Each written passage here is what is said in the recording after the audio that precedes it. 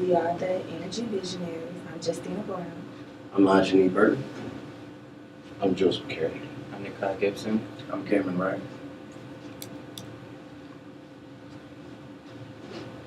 All right, we want to talk about what motivated us to do this. The main view that made us want to do this project is that we're trying to lower the cost and the use of energy for commercial businesses with HVAC systems. From the research that we did, we found out that HVAC systems actually take up 50% of the energy costs, or they make up 50% of the energy costs as far as the bills and everything, and how much money that they waste and how much energy that they waste. So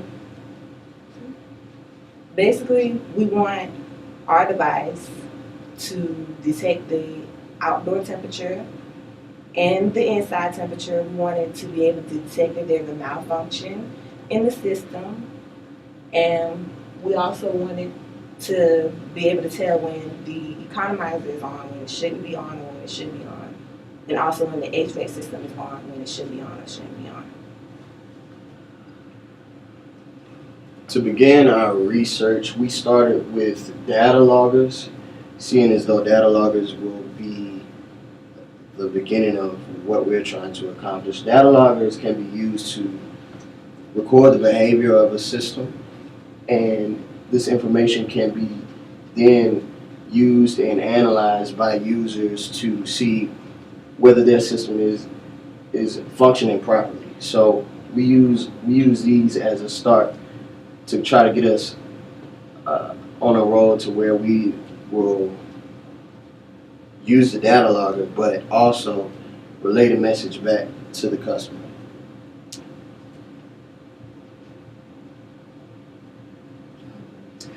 As far as the overview, we are going to go over the marketing/engineering requirements, the system design, and our project plan.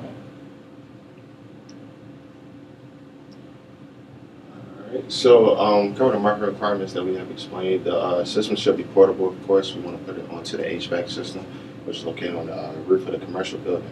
It should have low cost. With the customer, we want to be able to actually sell this product. Like I said, it doesn't need to be too costly. Its system should be moderately accurate, so when it catches the actual readings, it's not off a whim or probably 15 degrees under, 15 degrees over as far as catching the readings, so be able to tell the customer exactly what's going on with the system. It should have a remote alert, pretty much the user configuration of the system. The customer should be able to configure it to its needs of the actual commercial building, and it should be customer friendly. The customer should be able to actually use this item instead of having to call a third party in order to figure out what's going on. And in addition to those things, there are also some constraints that we're trying to work with. One such constraint would be a cost restraint. We're trying to develop a system that wouldn't cost more than $250 to the customer.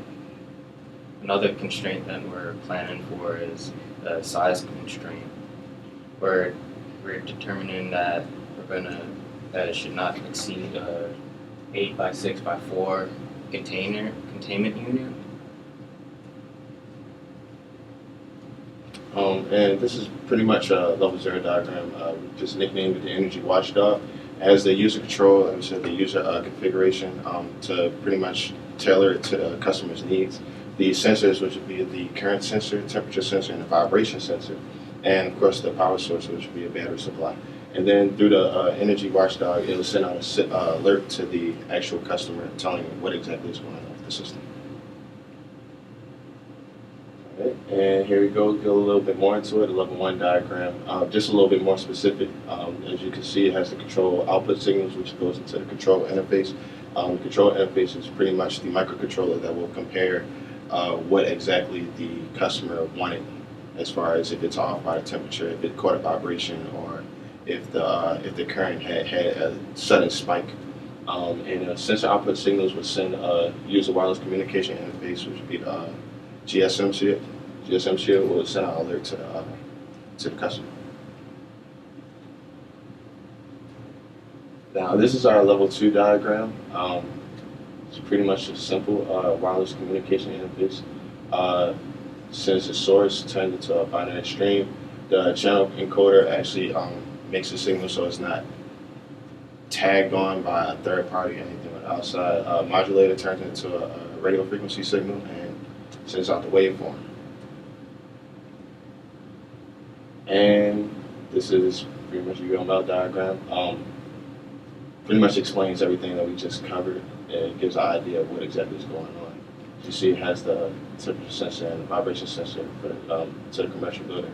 The control interface is controlled by the user as well as the power supply, which gives power to the control interface and a wireless communication system. And the wireless communication system communicates with the business owner. Our work breakdown structure. Basically, our work breakdown structure isn't up here because we couldn't fit it up here, but basically it lists what we want to accomplish, what we have accomplished, and what we're trying to work towards in the end as far as when we finish the product, what we want it to be able to do. And everything is broken down into groups. We each are given an assignment to do the work on our own and to work together as a group. For our test document, we decided to test out the temperature sensor, and so a few of us had decided to get an Arduino board and to test out a temperature sensor, and we have created a test documentation for it, which we'll showcase today. Gantt chart is basically kind of just making a to-do list. We want to try to stick to our schedule as we're early to mid-March. So we've just gotten some parts in and started putting them together and testing a few things out. So hopefully by the end of this month, we'll be seeing major progress towards our final product. And basically the Gantt chart goes hand in hand with the work breakdown structure. Here's a copy of our cost summary table. This is a list of all the documented items that we have purchased thus far. So for example, we've bought Arduino board, temperature sensor, a backup temperature sensor, as well as a few different current sensors to test out. And we've ordered them off of some reliable websites, and we have their cost up there as well to make sure that we do not exceed our budget.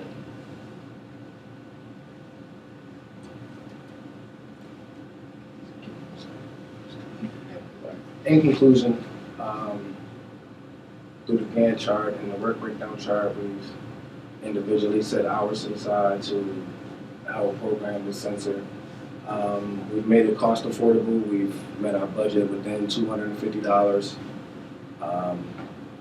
At the end of the day, we're going to save energy by the temperature's 55 degrees outside.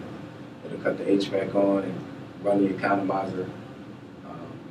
By sending the signal GSM, we're trying to reassure that the customer gets a text message if the system happens to fail or if it's on when it shouldn't be on. So also reduce the energy by saving the customer money, but also saving the building money, which is our motivation in the beginning. And at this point, based upon the different components that we've bought, the costs came out to roughly $80, which is well under our budget, which works out perfectly for the customer in terms of those restraints. Now, what we didn't have into this presentation that I'm going to pass on to you now is pretty much a level 2 diagram, if you'll be able to read it, of the control interface, just so you have a better idea as far as how the sensors work together with the microcontroller. Pretty much the temperature sensor, like we explained earlier, will read the temperatures going from inside to outside, send a signal, of course, to the microcontroller for comparison. We'll have the current sensor, which will be a clamp onto the supply line, the actual HVAC system, which will pretty much read a spike of the power, which pretty much tells you that the system is turned back on. and they'll also send a signal out to the business owner, and as well as a vibration sensor, which will be connected to the HVAC system. Question? Yes, lots of questions. Let's talk for a minute about the power supply. What will the power supply be for this? We have two different options. We're leaning towards a battery, a rechargeable battery, so the customer will have to hire somebody to keep going out to the building every time the battery dies. So, or we could use power of the grid of the building, which would ultimately save us money from having to buy a battery. So those are the two different options that we're going with. Option 2 is out. Okay, so option one then. So, about how much current do you think your system uses, milliamps? How many milliamps do you think it draws?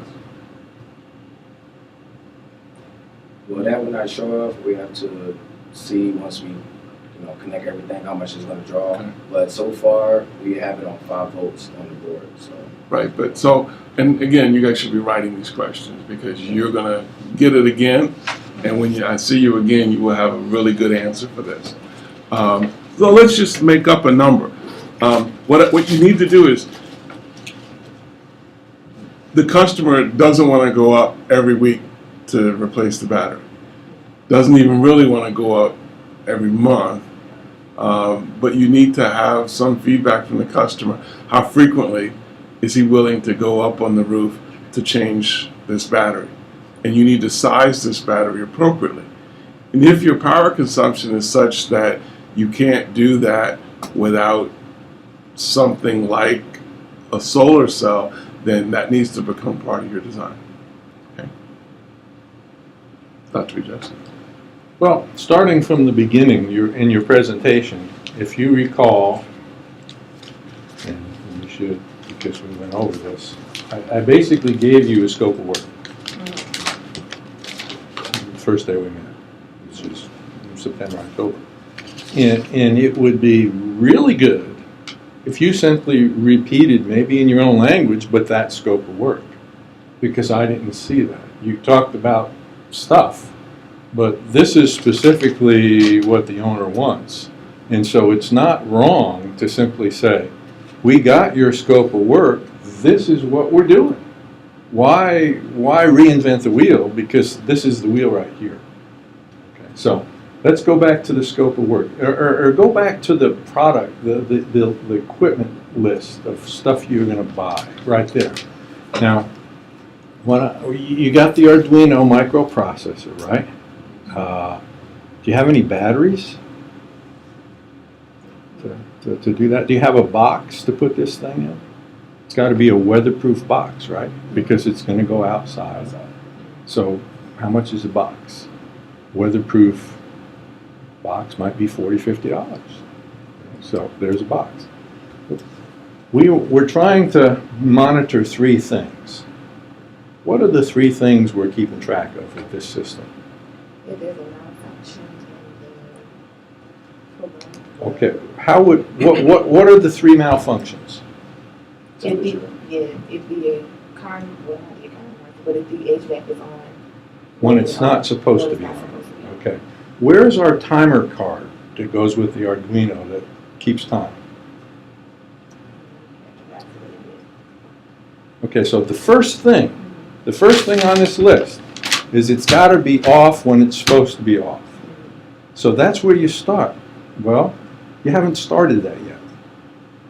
So, I mean, there's no logical sense to not go down the list. So you need a card. The card's not on your cost list. So why isn't the card on your cost list? Who is responsible for that? Well, this cost summary table is just what we've ordered so far. It's not everything that we're going to order. Okay, but what me as the customer is looking for is your best guess for all of the parts, not just what you bought so far, but for everything. And number 1 on the list was the time card. So what's the time card cost? It costs about $30, because I've bought one. Okay, but there's no excuse for you having not thought that far along when that was the first thing on the list and you're 3 months or 4 months into the project. Okay, so we're measuring time.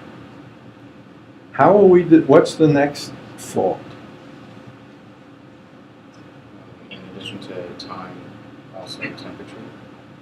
Okay, but let's think through the time. How do we know when the compressor, which is the part that uses all the energy, how do we know when that's on? We're measuring time, we're saying it's 5 p.m., and you've written the program that says it's supposed to be off. What are you monitoring to see if it's off or on? The current of the compressor, right? How are we monitoring the current of the compressor? Okay, so we've got the current sensor. That's great. So we compare the time, and we look at the current, and we say it's after 5, current's off, that's good. It's after 6, current's off, that's good. After 7, current's off, that's good. After 8, current's on. That's a fault, right? So what up here in your cost table is going to call out to somebody? What device is going to do that? We haven't put up the GSM board and the actual GSM up on the cost table. Okay, But that's what we're gonna use it. okay. But you don't know what that cost is. I know how much the GSM is, just GSM was about $30, $40. So at this stage of the game, you ought to have a list of not of what you've bought so far, but of the whole project, because I'm interested in, what was it, $250? $250. Well, you show me $80.35, and that's very misleading, because that's only what you got. I'm interested in the whole thing. So you should list the time card, you should list that sensor, you should list the box that this has to go in. So I understand you're just getting started, but like Dr. Kelly says, you were halfway through the program, or 3/4 of the way through the program, but you're not even a quarter of the way in identifying what the costs are. Okay, so we got the time. We're gonna send out a call, because at 8 o'clock the compressor was on and it wasn't supposed to be on. Let's go to the next fault. What's the next fault in our system monitoring?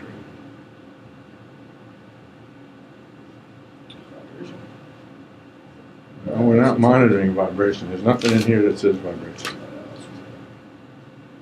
You could have said, instead of a current sensor, I'm going to put a vibration sensor on the compressor. Because when the compressor's on, it's like a motor, it's going to vibrate. And so you could have said, well, we looked at the current sensor and those are $40 a piece. And we looked at the vibration sensor and that's $5. So we've chosen to not do the current sensor, we've chosen to use a vibration sensor to tell when the compressor motor is on. So that would have been a good substitution, but we don't need both. We only need one, either the current to know that the compressor's on, or the vibration. And I don't care which one you use, whichever one seems to be most reliable for the best cost. How about when the temperature drops below 55 degrees during the day? What's supposed to happen? Well, as far as it gets warm inside, it's gotten too warm inside for the amount of people inside. I know the HVAC system is supposed to cut off, and then I'm supposed to open up the vents and let the cool air from outside come in. Right. Up on the roof, on this big air conditioning thing, there is an automatic vent. It's like opening the window, if you recall that analogy that I used. So if it's 55 degrees outside, you don't have to turn on the air conditioner compressor to cool the air. All you have to do is open the vent. And so this rooftop air conditioning unit should have the control logic to say, okay, keep the high energy using compressor off. Simply open the vent and allow the fresh air to come in, to cool fresh air from the outside. But then during the day,